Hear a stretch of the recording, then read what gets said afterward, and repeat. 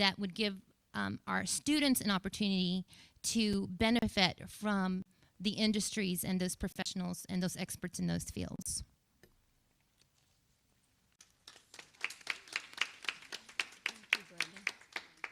I really don't want to bore y'all with legalese, but the one provision that we're talking about, it's Section 21.003A, and you have to, basically it requires all teachers, interns, trainees, librarians, educational aides, educational diagnosticians, and school counselors have to have the appropriate certification in order to be employed.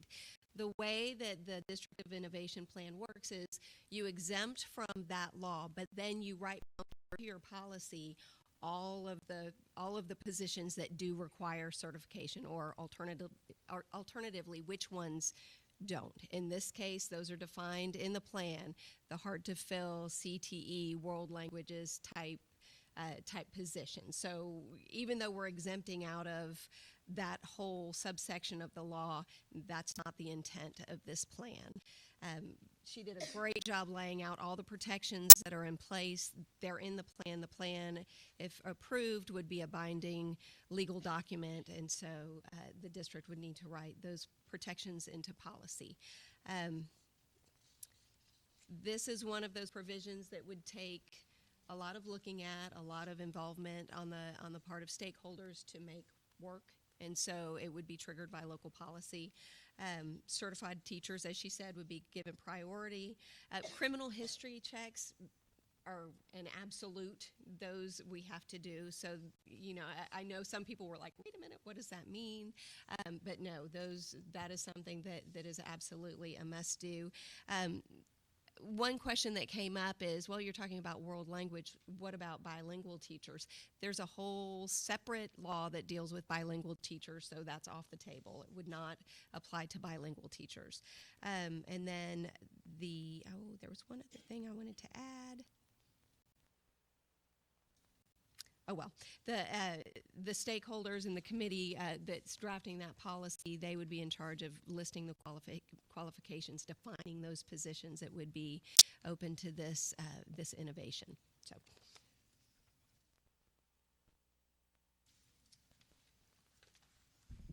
Okay, so my name is Mandy Antolini. I started off as a teacher here at Fort Bend ISD, and now I'm a coordinator at Clements High School. If you have the plan in front of you, we start on page 9. We're looking at the minimum attendance for class credit or final grade. We realize that the diversity we have of our population, that there are circumstances or even opportunities that our students get where they have the opportunity to have to not be present in class. So as of right now, the state law mandates that the student is physically present in their classroom for 90% of the time to receive course credit. But what happens when the child can't be there for 90% of the time? So a lot of times, even in high school, now that I'm in high school, I see so many parents come in and they're withdrawing their students for about 2-3 weeks and then having to re-enroll them again. So we want to become more innovative and meet the needs of these students, whether it's because they had an opportunity or they had a circumstance that took them away from physically being inside the classroom to be able to receive credit. So we did look at online opportunities because that's technology. We are becoming very pro to technology, but we also want to challenge the district to look at other solutions that aren't just online opportunities. How else could children still complete the classwork and expectations and meet and master objectives without physically being inside the classroom? This does not impact UIL attendance rules, so there is still limitations for us.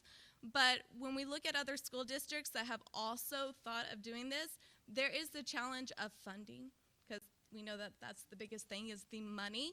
So we don't have an exact solution to this, but we know we want to open the doors to help the stakeholders come together and start sharing ideas and start collaborating into figuring out how we can best meet the needs of our kids so that they don't have to be there if they can't, especially. So that is the biggest part for the 90% attendance rule for us.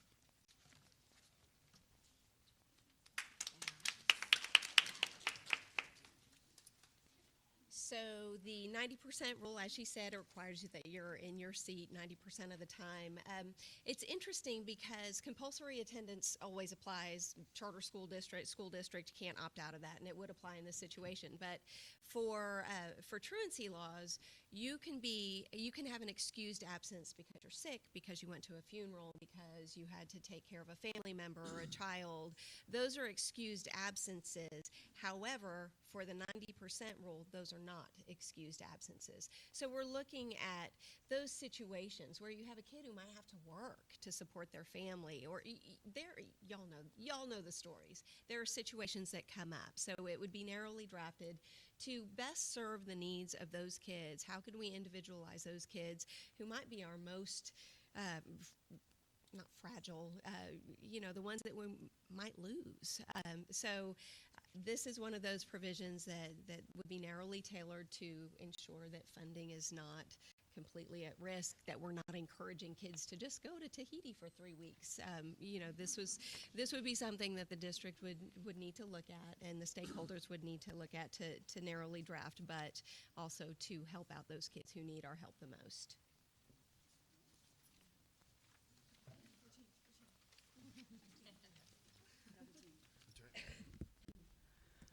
My name's Kristen Adams, and I'm a science teacher over at Elkins.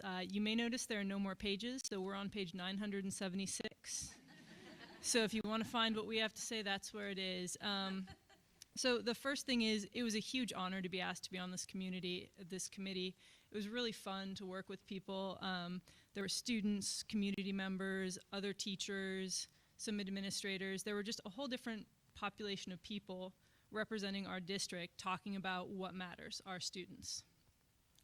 So we only shared with you 3 rough things that we want to exempt. There was the calendar, there was the 90%, and then there was that certification. So what did we really spend 2 months doing? What did we spend 2 months doing? He didn't do anything. So before he talks, let's just be clear. Okay, so a lot of what we came up with didn't fit in opting out of laws. A lot of what we came up with is going to go into a different place, so that's the other document they keep talking about.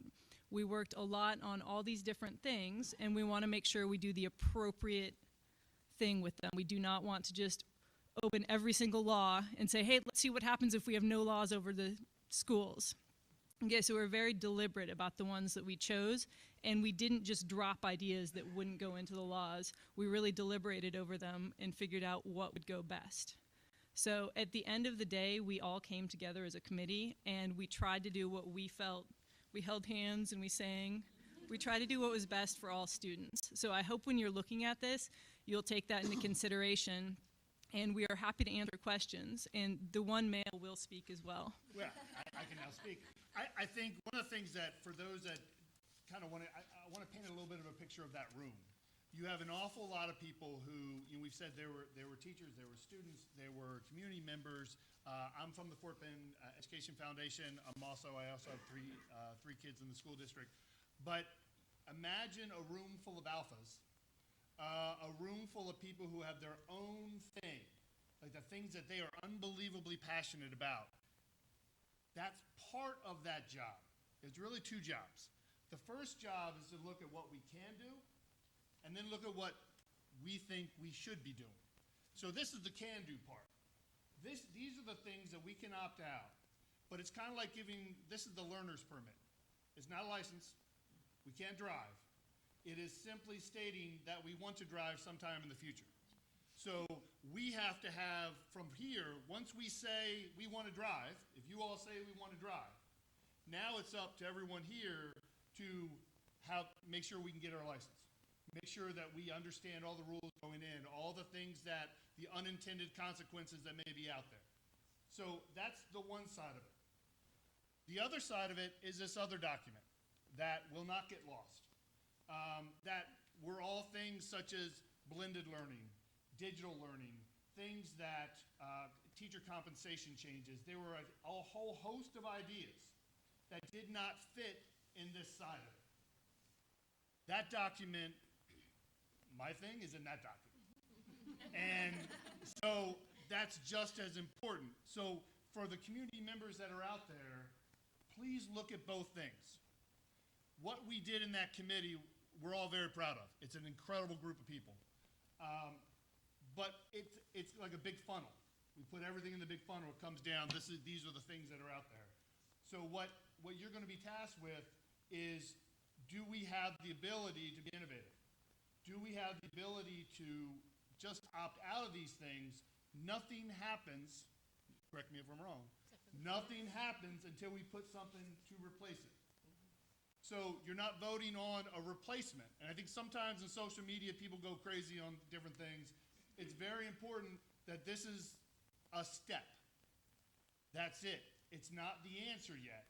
It's a step, and it allows the district flexibility to walk down paths that are unique and different, and allows them the flexibility of kind of moving things forward. And then the other side of it, please be reading that. Please give your commentary to that. I'm passionate about blended learning. So please look at that stuff. But everything else in there, there's a ton of passion in there from people who care just as you all do. And those are the things that we also need to be commenting on. I had like 2 minutes. I took 4. I apologize. But it's been my honor to be part of this group, because some of the most every meeting was 3 hours. 3 hours on a Thursday or a Friday for, I don't know, we had like 20 or 40 meetings. I started losing track. But that's the dedication we put in. We hope, obviously you review it, and we're open for any questions. Is this question time? Almost. Okay. Sorry. All right, thank you. No, you did great. You're hired. You can continue to work for free. Thank you.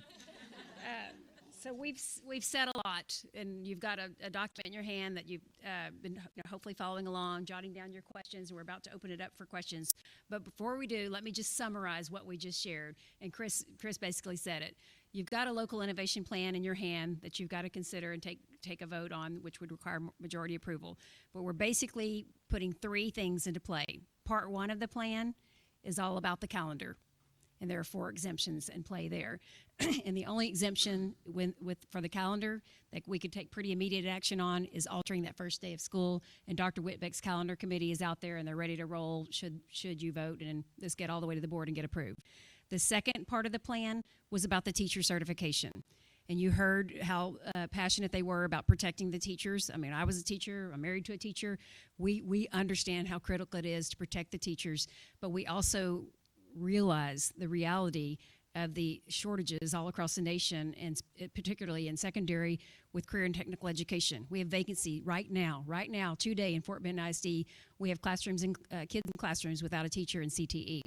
And same with world language. There are vacancies all across the nation, and it's happening in Fort Bend as well. So we would limit it to those hard-to-fill positions, and CTE again, and world language in particular. And then she closed it out with, we would give priority to the certified teachers. I mean, we all went and got our certification. We had the adequate credentials, so we're going to start there. But sometimes we go to the pool of teachers to try to find someone to fill the vacancy, and there's no one there. So this would give us that opportunity to broaden our scope. And then the final part of the plan that we presented to you today is about the minimum attendance, the 90% rule. And again, like Chris said, we don't have it all figured out, but we know right now the one-size-fits-all approach is not meeting the needs of all of our students in this district. We want to get out of the box, and we want to take advantage of technology and blended learning and find opportunities for kids to earn credit and earn their grade by proving content mastery and not being so caught up on the attendance component of that. We know that kids can sometimes do the work and pass the test and move forward, but maybe they can't sit in that seat 90% of the time. So we need to wrap our head around that and figure out what we can do to level the playing field for them. So with that, we're going to open it up for questions to the AAC. We've said a lot. We've got a whole panel back here, and we're happy to try to respond to any questions you might have. Yes. When you say the question, because we're being video recorded, I'll repeat it, and then we'll answer it so we can have it on the mic.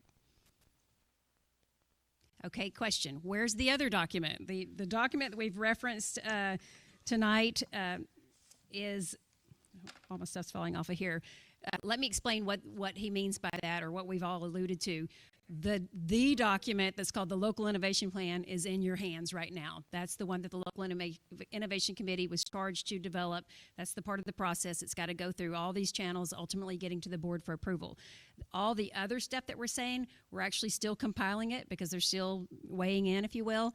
What we had to do when Dr. Dupree came in on day one and he said, I want this to be a committee-driven process. Think big, dream big, get out of the box, sky's the limit. And he actually directed us central office people to not insert ourselves. Don't sit at the table and be the voice of reason that says, but we can't do this or we can't do that. We didn't want to hinder their thought process. We really did want them to get out of the box. So they thought of a lot of things that we could do. And then, like Chris said, at the end of the day, when we were all done, we had to take all of that information and figure out what is linked to an actual exemption that we could apply for. A lot of the things that they were thinking of, we couldn't connect it back to an innovation that would tie to one of the exemptions that we're allowed to pursue. So we put that on a separate document, if you will, that we're compiling as we speak. I've shared what we've compiled already with the Chief of Staff, Beth Martinez, and what we're going to do with that. Close your ears, staff members, because they're about to get a whole lot of work coming their way. We're going to have to form a lot of committees and get the right stakeholders at the table and look at it for as we go into strategic planning, our district improvement plans, the innovations the campuses want to pursue, potential for policy revisions. So it's all the things that just absolutely did not fit in any way to the plan because it did not in any way link to an exemption. I'll give you an example. He said compensation. We all want to pay the teachers more. If we could figure out some way somehow to make that happen, that would be awesome. But there's no exemption out there for us to pursue that would allow anything like that. For us to even contemplate compensation, we'd have to have HR at the table, our business and finance at the table, our teachers in the room. I mean, we'd have to, look at every opportunity. Sometimes it's just additional funding sources. How else can we get more resources in the hands of our teachers? Again, doesn't have anything to do with an exemption. It's just getting the right people at the table to think big and get out of the box and to make things happen. So I can't tell you that we have a document and a plan. We just have a lot of brainstormed ideas that we're forming into a document to share with the Chief of Staff, who will bring it to the cabinet level and with the superintendent. And then from there, our goal, of course, is to figure out, look at it and prioritize it. And again, kind of what I said at the beginning of this meeting, determine what are the tasks that we could do and what would a timeline look like, who would be responsible, how would we, fund it if we had to do that, or measure it, and what would implementation look like, all the steps. So all the work of the stuff that didn't fit in the plan is on Beth's desk. She's getting nervous because I keep saying her name, but just a lot of things to contemplate. And I know you guys do this on your campuses where you brainstorm, what if, but then it just kind of dies and we don't do anything with it because we don't know what to do with it. A lot of times it's the funding source. So our committee members are holding us accountable and saying, we've done all this work. We don't want this to go on a shelf. When can we talk about that next step? And we agree. He's not going to let it die. But we knew tonight to try to talk about all of that on top of talking about the local innovation plan would just muddy the water and it'd be too confusing. So we're asking you tonight to just think about the local innovation plan and the exemptions that we've asked you to consider.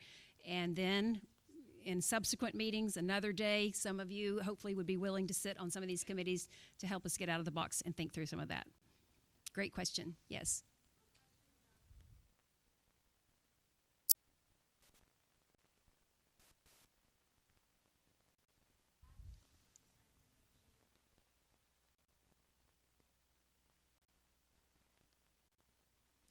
Okay, the question is, she needs clarification on the exemptions related to the calendar for the one specifically that defines the school day as 7 hours, and one defines the school day as 420 minutes. There's 4 exemptions, you're right, and one is the start day, first day of school, and one is the last day of school. So they're all separate and apart. First day is, you clearly understand that one, and the last day is you can't end school before May 15th, which Debbie said we probably won't ever do, but it just associates itself nicely with calendar. Do you want to give them the examples? Okay.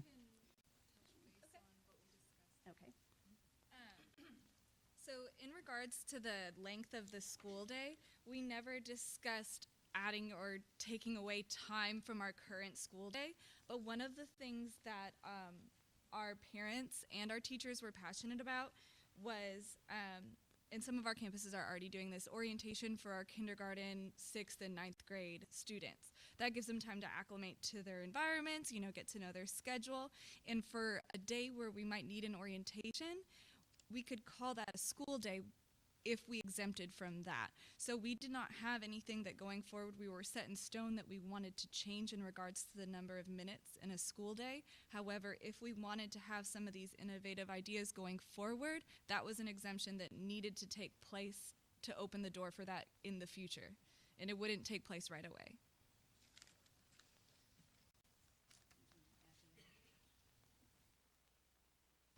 Good job. Another one that already happens is the early release days. For elementary in particular, we let the kids go early for parent conference days. And in high school, we let the kids go early when it's exam time. So there's certain times in the years that we can let them go at half a day.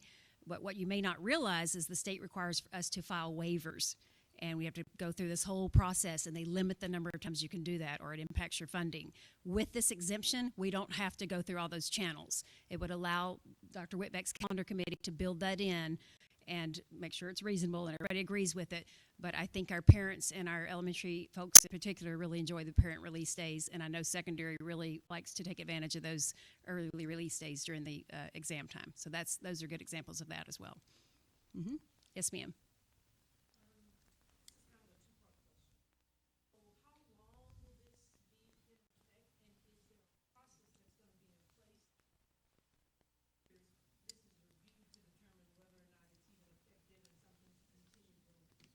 Okay, great question. She said, how long is this in effect? And I think at the very beginning of your plan, right after the introduction, it's defined as term. And the legislators are actually already figured that out for us. It's a 5-year term limit. So we have to be careful when you start and end the term, because we don't want to start it in the middle of a school year and then it end in the middle of the year. So we are going on record that should you approve it and we get all the way to the board and they approve it, that it will begin at the beginning, the first day of school for next school year, and then go for 5 years out. So during that time, I think I talked about this a little bit at the beginning, with any implementation plan, if we put anything in play with policy revisions or new regulations or processes or procedures, I know that Dr. Dupree and his cabinet and the school board will want to know how we'll be accountable for the actions. So that would involve monitoring, progress monitoring, looking at our return on investment, evaluation, and evaluation not just at the end of something, but all throughout it. Have some benchmarks. What's happening at the beginning of it? Where are we in the middle? All along the way and at the end? And then throughout the plan, whatever that might be, making adjustments. If it's working, reinforce it. Add to it, make it, continue to follow through with it. If it's not working, make the adjustments. And if it's not working after the adjustments, let's get around the table and talk about doing it differently or terminating it. We don't want to do something just if it's not working, we need to address that. But we will be very, very accountable for this. Yes, ma'am.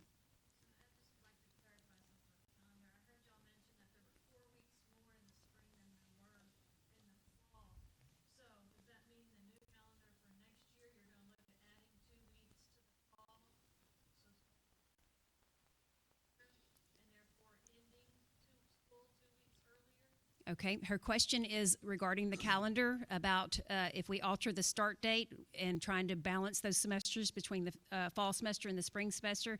That was a big part of why we wanted to do this, because we know it's imbalanced and we know how hard it is. I'm going to use secondary as an example, to cover the amount of material you have to cover and when there's not enough days in that semester, especially if it's a half credit. So if it's economics and you only have one semester to teach it, it's not really fair to the student if they're taking it in the fall and there's not enough days. So the reality, though, about how soon we can start as far as beginning the year earlier, there's a reality in play for us in Fort Bend, and a good one. It's a good thing. We're opening 3 brand new elementary schools. And we've met with that department, and they've gone on record that we don't want to start too early and then the buildings not be ready. So Dr. Whitbeck and Dr. Dupree have declared that should all this approve, the earliest we would start the school year would most likely be at or around August 21st, which would be about a week early. I wish we could do it a little earlier, but we can't go on record and plan for it and then our buildings not be ready. So we have to take a pretty conservative approach this year. But outside of this year, hopefully we'll always, be ready and we won't be opening 3 buildings and all that. And then as far as the end of the school year, we'll have to, she could probably speak to it better than me, but they're looking at that. But first and foremost is to get those semesters balanced as best we can. Good question. Yes, ma'am. Mm-hmm.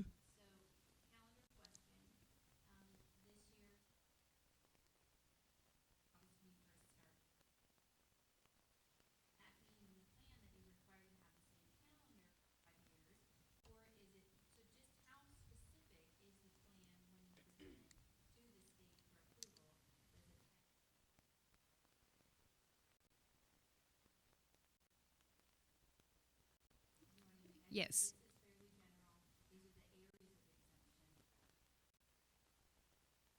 Okay, great question. She's asking specific to the calendar, should all this be approved and we start on the 21st, with the earlier start date? She said, does it have to stay like that for all 5 years? And the answer is no. The calendar committee, which is Dr. Whitbeck's group, is separate and apart from us. We're basically just opening the door. Like Chris said, it's the first step. So we would be able to go on record with the state. And by the way, the commissioner doesn't have to approve this as long as we're not breaking any laws, which is why we've got our legal counsel with us at all times. He just simply accepts it, and we post it, and we're good to go. So that means we have the opportunity to be as innovative as we possibly can be, and still, deal with reality. So Dr. Whitbeck's committee usually starts early in the process, and they spend months and months. As you know, some of you are on that committee, and it has parents and teachers and community members all on it, and they would contemplate what would be the best case scenario, balancing the semesters and take into account the start date and the ending date. So, but we are not locked into what we do now. It can change throughout the 5 years. Yes, ma'am.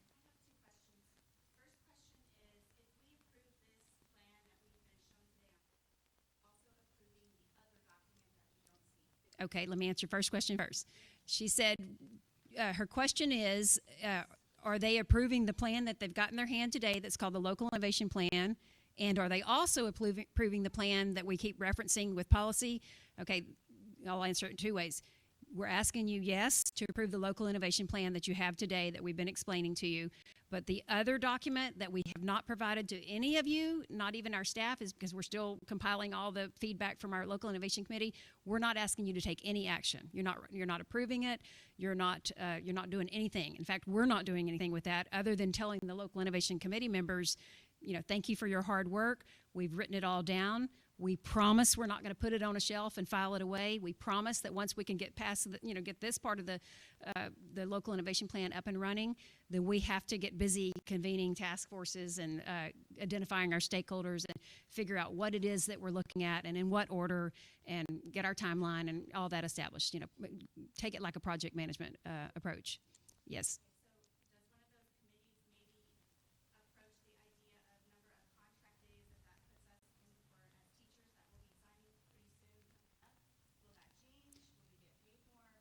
Okay, great question. Will this Local Innovation Plan or that other plan that we referenced that we're not sharing because it's just it's on the table right now, neither of that right now is impacting your contract days. Right now, teachers on our 187-day contract, and we are not proposing anything that would alter that. If we were to do something like that, I'd have to have HR and business and finance and the legal team and everyone else. So whatever Dr. Whitbeck comes up with for her calendar, she still has to adhere to the 187 days. Because you're right, if we change that and added more days, then that deals with, that would impact compensation. Great question. Yes, ma'am.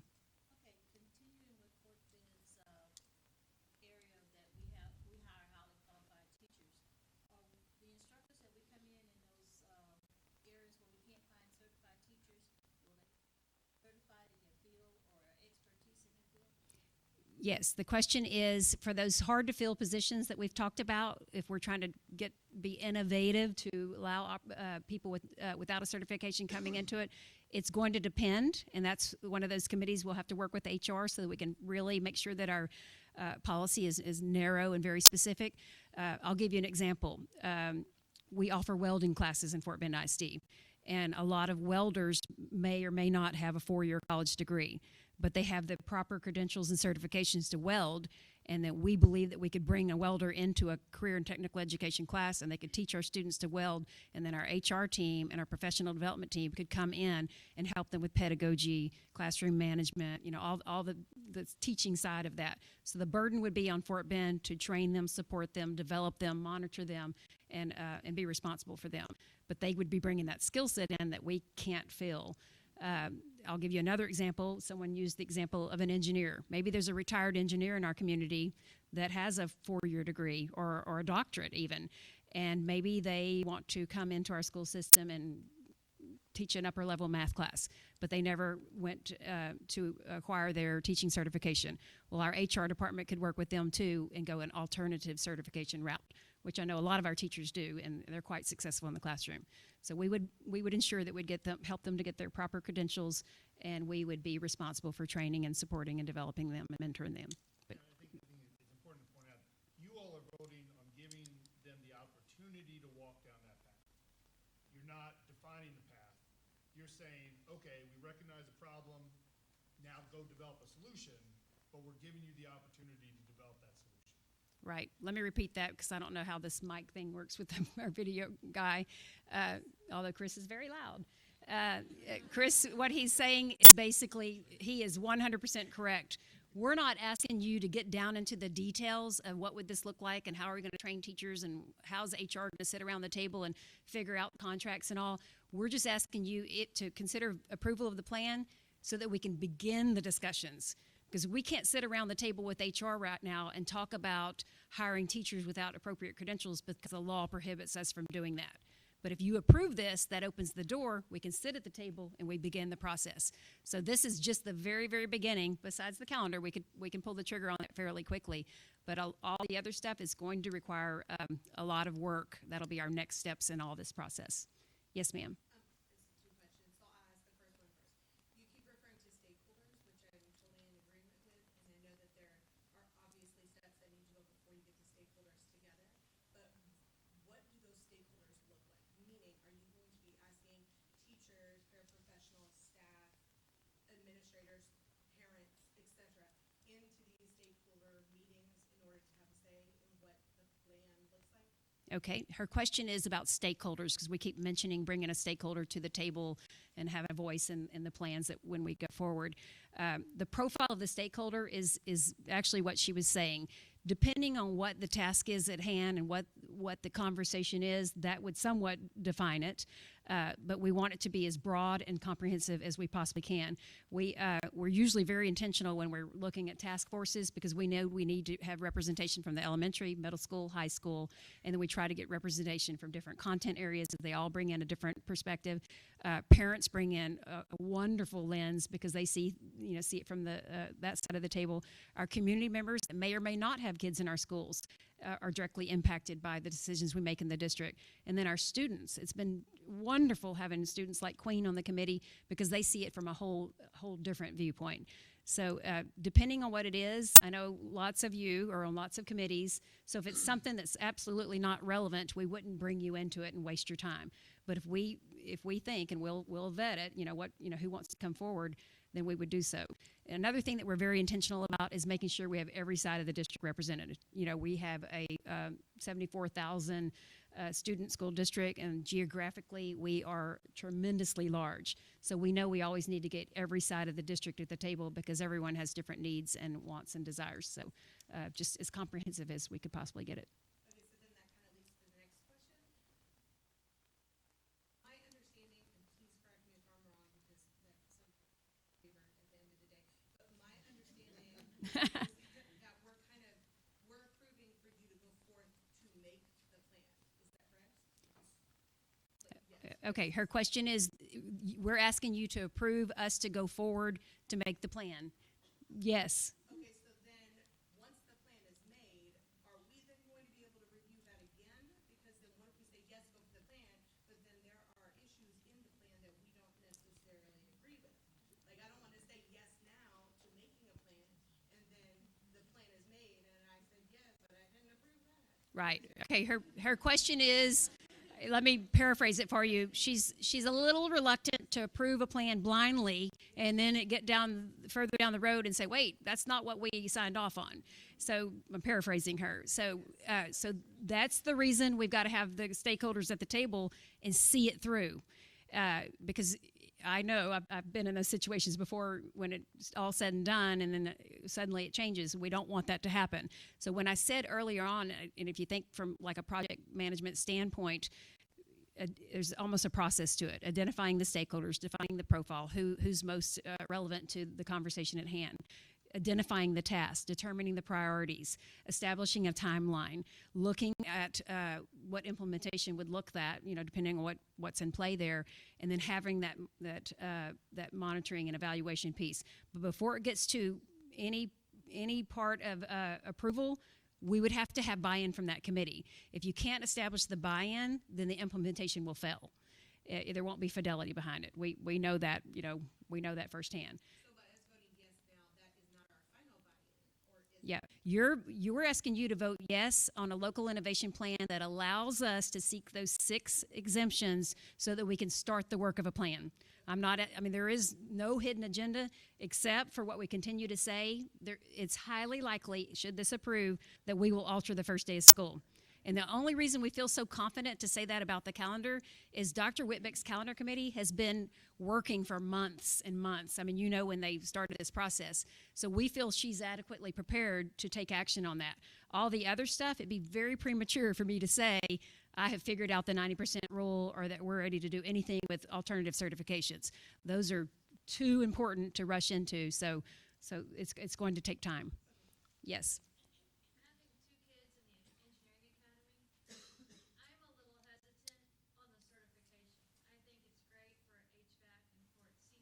Mm-hmm. Mm-hmm. For those, I think that's great. I have somebody in the FFA, and he loves it. I think that's great for that. But for the engineering, even for that, there's other there's always a math teacher for high level math classes. I'm married to an engineer. He'd be a terrible teacher. Mm-hmm. Good idea. Right. They don't. There's a lot of things that they don't make from teachers. Okay. Her question. I agree with what I heard somebody say. It's a slippery slope. Once you Yes. start that, I feel like it should be limited. Absolutely. Let me try to repeat your question and y'all jump in if I'm not covering it.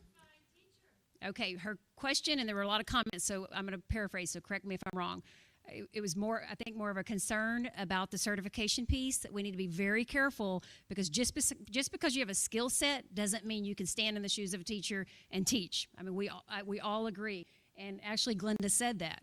She said we have to be very careful because just because you practice a craft and you have a certain level of knowledge or skills does not mean you can come in and manage 24 kids and differentiate instruction and implement curriculum. We understand that. So again, back to what Chris said, we're not going to get into the weeds of what HR would use, but they have been at the table already on multiple occasions to start to contemplate what this would look like, because what we don't want to do is put a teacher in a classroom who's not prepared or skilled or have the ability to do that. So you're right. We do want to narrow our focus on this, limit it to the very hard to fill, namely CTE in some of our world languages.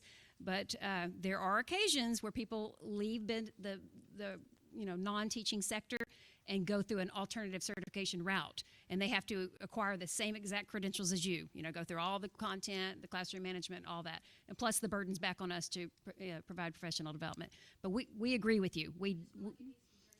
Yes, and yes.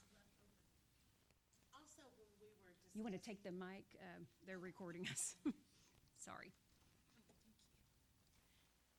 when we were discussing the alternative certification, it was always our idea that this person, whomever was in this hard staff position, maybe it's chemistry at Marshall, Yes, 5 years ago we had a situation where AP Chemistry did not have a teacher, and they went all year without a teacher. So we were very aware of situations like this all across the district. And so the idea was never that we just pluck somebody. The idea was that we give them a chance to sample the waters. But it was always understood that certification would come down the road.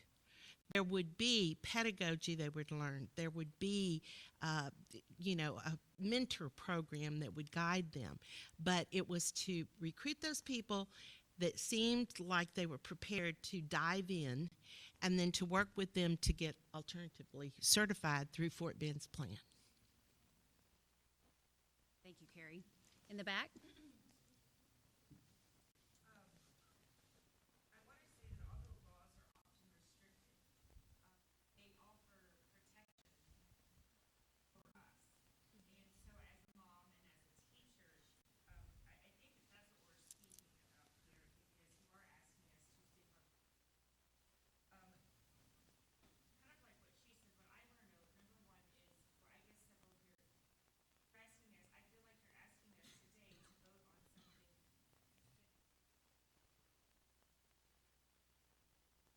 Mm-hmm.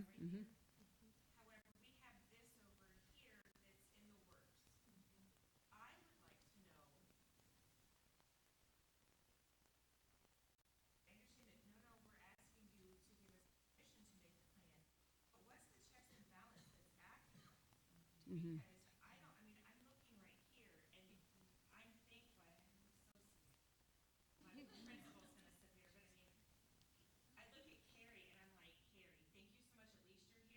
Mm-hmm.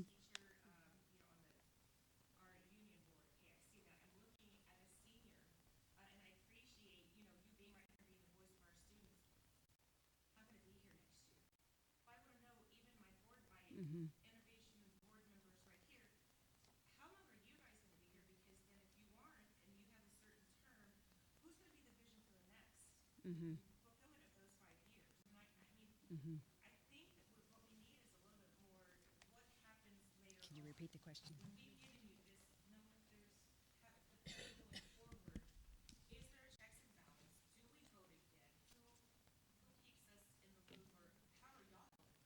That's an excellent question. Ginger's asked me to repeat it. I don't know that I could do so quite as eloquently as you just stated the question, so tell me if I'm off track. It had multifaceted question for sure.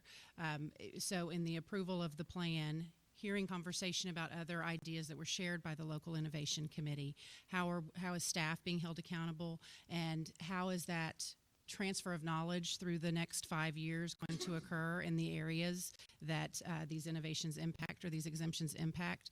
Am I hitting that? Like, how do we organize?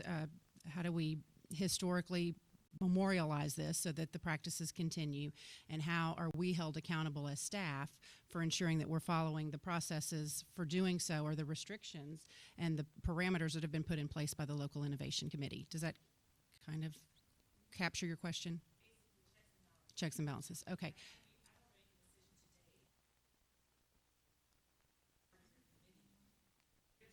That's understandable. So let me explain a little bit about where we are as a district in terms of strategic planning and working with a board committee. It's called the Vision and Planning Committee.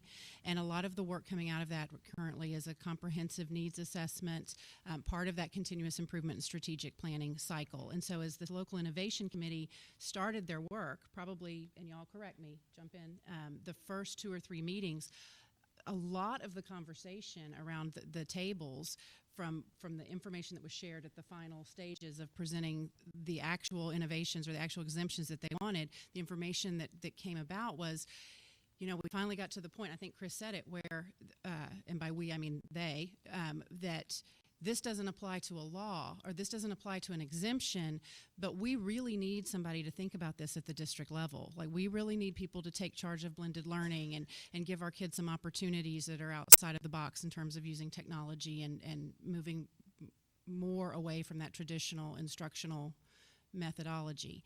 And so as we heard those concerns coming from the committee and the dilemma of, you know, talking through just a lot of things that needed to be improved, and a lot of ideas from a collection of people who maybe wouldn't have normally gotten together and talked about things. I said to them, give us those ideas. Don't lose those ideas simply because our focus for the District of Innovation work that has to be submitted is strictly related to laws and exemptions from those laws that the committee decided would stand in our way from helping kids. That doesn't mean to ignore all of these other things that you're having these very deep and rich conversations about. So we can take that from the administration side and have those conversations with our school board, with our vision and planning committee, with our E-team. We're in a constant review of policy, so we can look at where does that fall in, what do we need to do in terms of researching further, or grabbing them back and asking them to serve on another committee, or reaching out to other committees or stakeholders, broad sense of stakeholders throughout the district. So that's not a plan that's coming together. It's a part of the planning process that we're capturing and being held accountable by the District of Innovation Committee to make sure that that goes to the table when we're meeting with the board and we're meeting with our internal stakeholders for strategic planning. So that's kind of that piece, and a little bit more information about that. I want to go back to what you're looking at today and the exemptions and the how are we held accountable, and how are we ensuring that moving forward, if we're all gone next year, who picks up that torch and runs with it, particularly in the not the calendar exemption, but the others that may not be able to be or won't be able to be implemented August 1st or July 1st, because there's a lot of work around them. So what will need to happen for any of these exemptions to move forward, except for the one with the first day of school start time, is that it has to be memorialized in policy, our local policy. And Ginger spoke to that at the very beginning, that that's not just a rewrite it and then we're good to go and we all play by that. It has to be vetted, reviewed, it has to be approved by the school board. And we're then bound by it because it's the board's policy. And so that's one of the most important ways that we're held accountable is through policy. And it's also a very important way that that's memorialized and moves forward, because if a new employee were to come in any role in curriculum or in Christy's area or in human resources dealing with the certification, they would be bound by adhering to that policy and following that policy.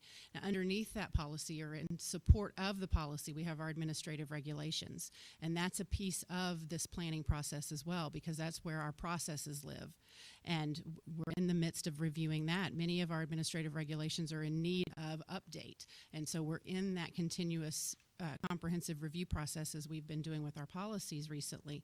And so we would need to formalize that not only in that policy, here's the board's law, if you will, of what we have to do, but then here's the administrative regulation or the procedures that say how we do it.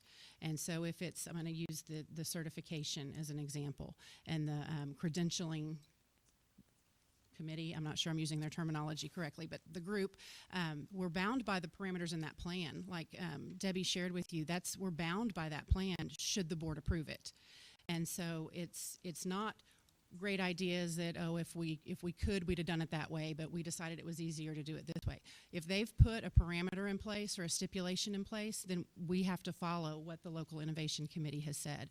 So they're saying we need a committee to vet the candidates for a position. And if there's a candidate, all things equal, one that has certification, then we take that employee, we honor that certification first. If there's jump, come on, get to the microphone. I just want to say, I get it.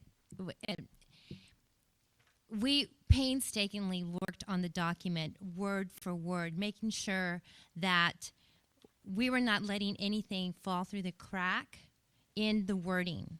We made sure that we didn't leave it open for a process down the road to go against what the intent of the exemption was. And so we pained over the word not and only and exclusively and those things, because we wanted to make sure that it wasn't going to be utilized for anything else that we didn't intend it for. So what's in the plan, especially in that certification part,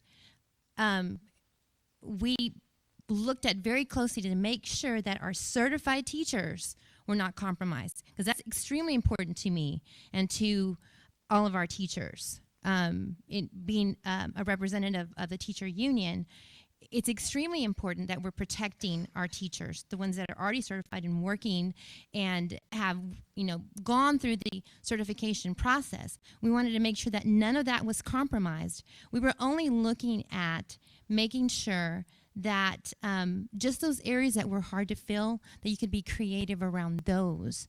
But we also made sure that we stated in the policy that it's a process. It's a process. The alternative certification process is a process that needs to be included in that. That we're not just going to go out and hire, just because you have a doctorate degree in I don't know, in science or something, and then that means you can teach chemistry. No, that doesn't mean that. It means that we have a position we have to fill. We see somebody who might be a good fit for that, and so there's a process in place to make sure that they qualify for that. So I get what you're saying. I understand that, because when we were going through and writing that plan, we pained over every single word and made sure that there was no way that anyone could take it and twist it and turn it into something else. So I get it. I understand. I want to add something too. How do you keep people accountable? You speak up. You talk. When this document comes out, so we have two different things. I mean, it's always two different things. So it's very important. You guys are voting on one thing, and then there's the other document that I think everyone's curious about to say, okay, what did these group of people say would be a really good idea? When that document comes out, if there's something that you feel passionate about, speak up. Let everyone here understand that, because that's what we will do. Because my thing's blended learning. I want to be a part of blended learning as we advance our education of our kids. I think that's extremely important. Doesn't mean, I know going in, it didn't mean that I was going to make these major changes to how we were doing it. But it is something, I've got a loud voice, and I'll keep raising it, and that's what you have to do.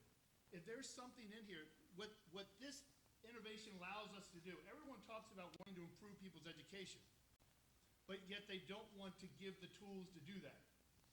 And this is not the end-all, be-all. I think sometimes we all got in that room, and we're going to change education.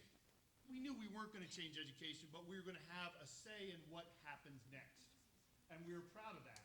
And that's what I think we're asking you all to do today, is to say, okay, this isn't everything.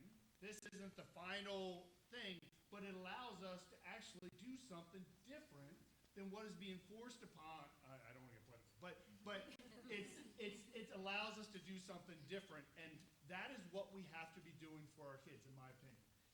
Chris, can I get you to clarify something, or work with me to clarify something?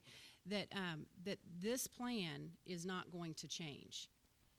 Even the ideas, the policies that y'all have brainstormed, asked us to look at, the other things that we might do creatively or differently as a district, they may all, 9 million of them that y'all shared, there were a lot, but probably not that many, will not circle back and come into this plan or change this plan. This plan will not change, cannot change from the time that you approve it or don't approve it. I mean, that we could go back to the drawing board and start over again. But if you approve it, it can't change. We're not adding, taking away, making any changes to it. It would go to the board. It would be posted for the 30 days exactly as is, minus, with the draft mark still, because it won't be removed draft until the board would take action. And it would go to the board in the same way. And after the board were to approve it, it still would not change. That is the local innovation plan that we would be bound by. So imagine you guys are now on the local innovation committee, not you. And we say, okay, come up with every idea possible that you think will improve education. You get together, you talk about it, you come up with all these different things, which is what we did. There was a ton of different things that we said, and everyone had a different direction. Think about in this room. Everyone has a different viewpoint of how education should proceed. I learned an awful lot in those conversations, because there's some brilliant people there who had their own passions and how they really regarded it. So we compiled all these different things, and we said, look, they cannot die. We don't know how they're going to be moved forward, but thankfully, we have to hold them accountable. and them meaning all of us, that I have to stay involved. You talked about people being involved. This is a volunteer position. We all volunteered 3 hours a day for, I don't know, 400 meetings. I started losing track after a while. But it was a lot. And you need to be involved as well. If you're passionate about things, you need to speak up. That's how you stay involved in government and in our society. If you're passionate about that, you need to speak up about it. And so those things don't die because we keep talking about them. The moment we stop talking about them, they may change into other different things. And they probably will, because my idea probably isn't the final idea. I'd like to think it would be, but it's probably going to change 10,000 times. For this part of it, for the local innovation, you're giving them the chance to be able to make some change. It's not major changes. Obviously, we knew coming in, we're not blind, we knew the major thing that everyone hoped to come out of this is the schedule. Okay, we got that. That's ridiculous. But there's more that we were able to add to it. And that's what we're trying to do.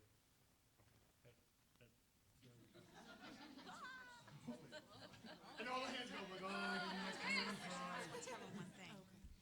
Before we take those other questions, I just, as I'm listening to your great questions that you're bringing forward, one of the things that came to my mind is the role of the AAC. And, you know, if we look in our policy, we talk about how it advises us. And if you remember in the fall, one of the tasks that you had was you approved some new courses that we're going to offer at the high schools next year. And that was one of the big discussions. And so that was coming up in one of the next 2 meetings, you'll be approving professional development for teachers, what we're going to do in the summer and next year.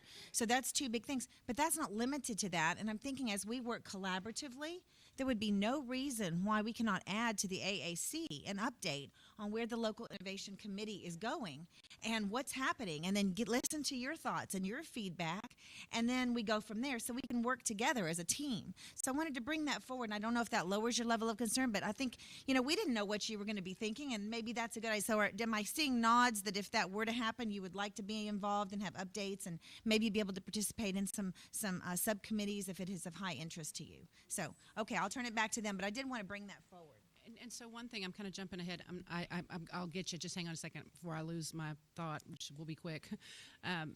On the ballot, there's a comment section, and so I would encourage you, whether you vote yes or no, to indicate, give us some feedback, whatever's on your mind that you'd like to share, but also indicate if you would like to be involved at another level in this process in any way, because we certainly take that and bring it back and have lots of opportunities for involvement moving forward. Okay, I don't know who was first, so I'm going to just go first row left and then right and then wiggle back. Somebody speak to the 90% rule. I'm actually the high school registrar representative, and I feel already we're very flexible on that. Children coming in late, teachers get make up credit. We have ingenuity classes where the students do. We have progressive where they can get a semester's credit. And we have homebound. So I would be concerned at the tight controlling of that and clear directions as to who it would apply to. And I look more for our average student who comes to school for 4 years every day, and it seems as if more and more we're leaning towards the challenged student.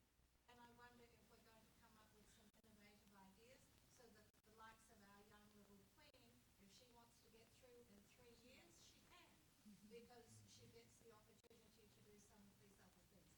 So I'm really concerned, and I would be interested in Good. about the 90%. Okay, very good. So in a nutshell, to capture for the video, you'd like to have more information about the 90% rule in terms of flexibility. You feel like there's a lot of flexibility and grace or leeway given to students coming and leaving late and missing school, working with them through homebound and progressive high school, and a myriad of different ways to give credit. And how is that going to apply? It seems like we're addressing the challenges more so than those kids who may not be our most challenging. How do you imagine, did you talk about how you think it'll be different from, because we are already very different. Okay, very good. I'm going to ask Debbie to address that from a legal perspective. Yeah, those are all very great questions, and those are things that we need stakeholder input on. For example, the kid who goes to a doctor's appointment, shows up late. If they come to school, that's one of those absences that is considered there. You know, it's an excused absence for purposes of the 90% rule. Also, you gave another example. homebound students, that's excused. That's not one of the ones that falls under that 90% rule. So there are a whole lot of things that don't apply when you're considering have you been here 90% or not. It's the other ones that we're concerned about, and we do want to look at, is this affecting kids who might be very, very at risk, and how can we structure this in order to narrowly define it so that we don't open it up to a whole bunch of students so that they're just taking advantage of the system. All of those things are what we want to really look at and consider. How can we use online learning in an expanded manner to help kids get to where they need to be should they not be able to be at school for a particular reason that's not excused for the 90% rule. So very, very great questions, and that's where the policy making comes in, and you would be fabulous on that committee. And since I have the microphone, I'm just going to steal it real quick and let you know that if you approve this, it goes to the board, it's passed. This is the legally binding document. I feel like there's a worry that then the board's going to throw in a whole bunch of exceptions that weren't ever contemplated or ever put on this document. The law does not allow that. I just want you to know that there is a very definite process in the law, and it says if there is some kind of revision, let's say we don't want to do the 90% rule and we want to go back and we want to revise it and get rid of that. Let's say there's another another exemption that we think would be really, really beneficial. We'd have to go through the process again. You would have to vote on it. The board would have to vote on it. So once you approve this, it doesn't mean that it's fair game and it's open to everyone to add more exceptions. Do you want me to take questions? Do you want to take? I didn't. Go back and forth. Good point. Good point. We can take some more questions. Yes, or right front row. Yes, she's been.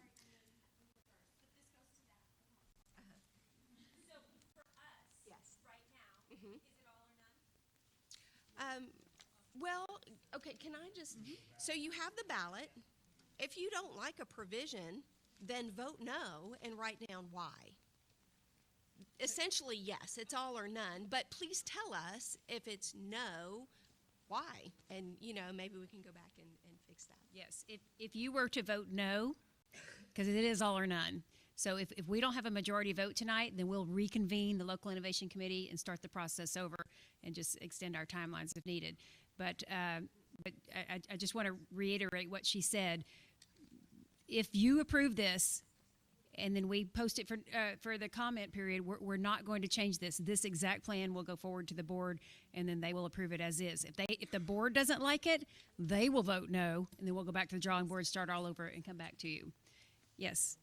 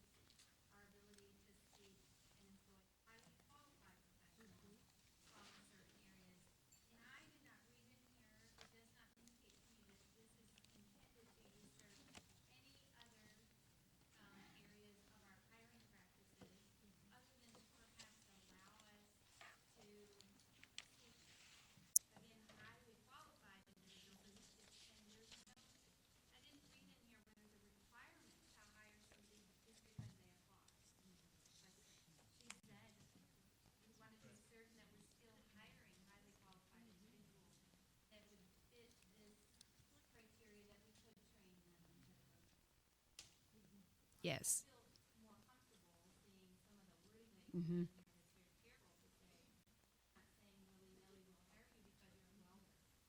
Correct.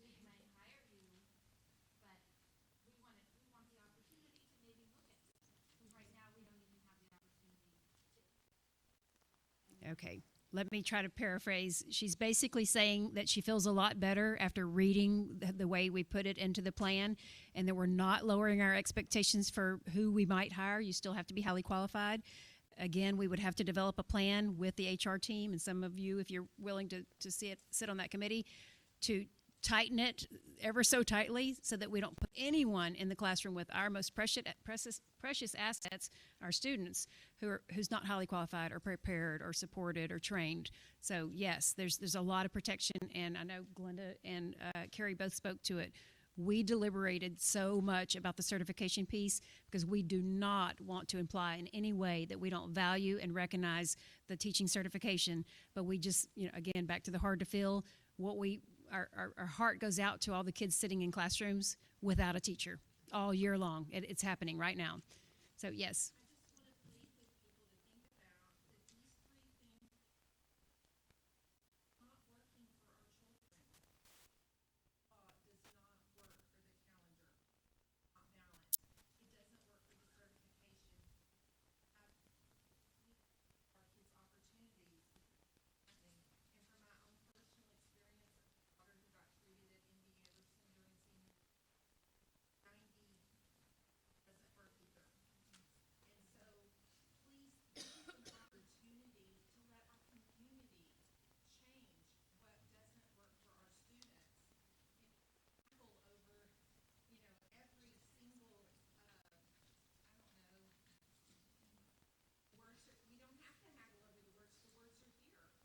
Mm-hmm.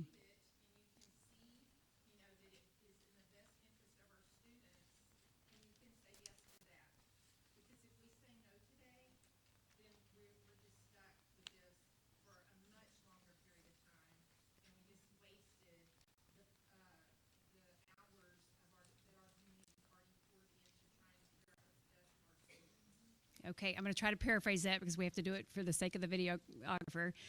She's basically saying that she feels that the three things we're asking for is best for students because the current laws that are in place limit our ability to work with the calendar. We can't be very innovative when they're telling us when we have to start. That the limits with the law and the certification limits us. We have vacancies in our classrooms that we can't address.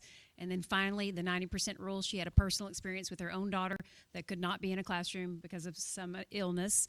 And I'm paraphrasing, wished that something like this had been in place because her daughter was capable of doing the work and mastering the content, but then she had to adhere to the very limited law. So she's going on record in favor of this, is what I'm understanding.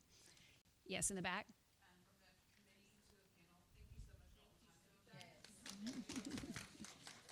Thank you. She's going on record that she's thanking the committee. Awesome. Got that captured.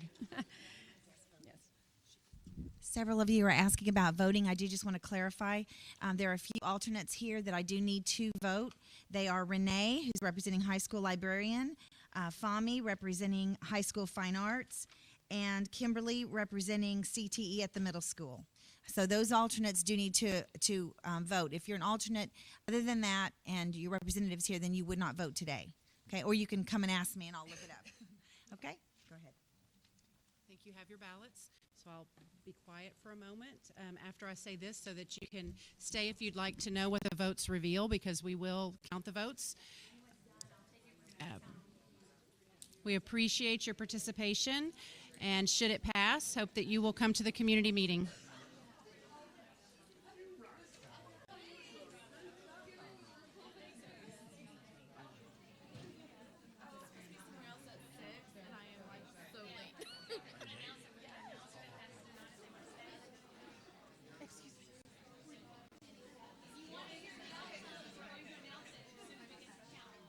We will announce whether or not the plan passed if you would like to stay. I almost said you're not. Also, the cookies are outstanding, and they're over here. And I almost said, just to clarify, he's not the only male on the whole committee. That's right. That's right. I'll give it to her. Thank you.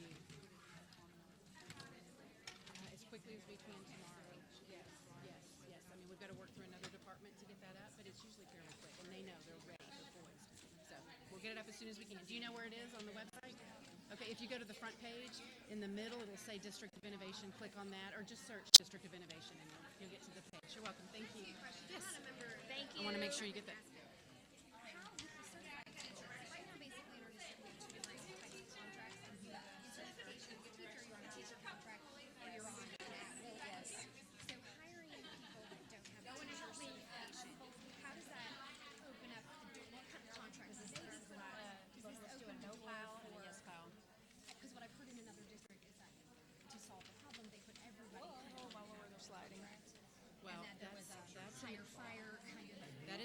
exemption that is out there, and some districts have applied for that exemption to, and it's exempting the Chapter 21 contract. That's not a part of this at all. Now, however, if the Chapter 21 is driven by certification, SBEC certification, so in a position where right, for all the other positions, but for a position that might not require that certification, then it could be, and I'm looking right here at our attorney because he walked up right at the right time. Hi! And just to get a cookie. Really, I just came for sugar. So her question, Rob Scamardo. Janie? Katie, pleased to meet you. do you want to repeat it?